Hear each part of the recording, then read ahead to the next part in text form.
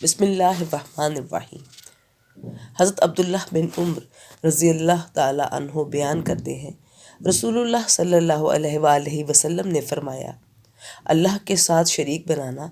والدین کی نافرمانی کرنا، قتل نفس اور جھوٹی قسم اٹھانا کبیرہ گناہ ہے۔ حضرت ابو ہریرہ رضی اللہ تعالیٰ عنہ بیان کرتے ہیں،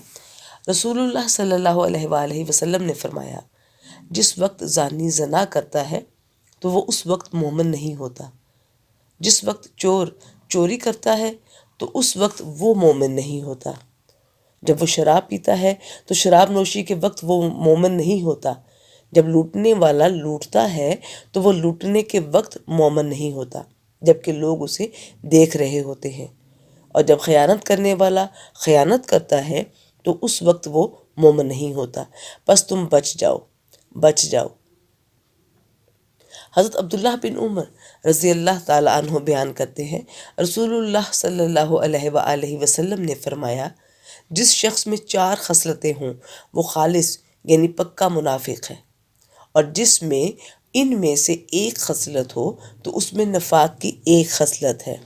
حتیٰ کہ وہ اسے ترک کر دے۔ جب اس کے پاس امانت رکھی جائے تو اس میں خیانت کرے، جب بات کرے جھوٹ بولے، جب عہد کرے تو عہد شکنی کرے، اور جب جھگڑا کرے تو گالی گلوچ پر اتر آئے۔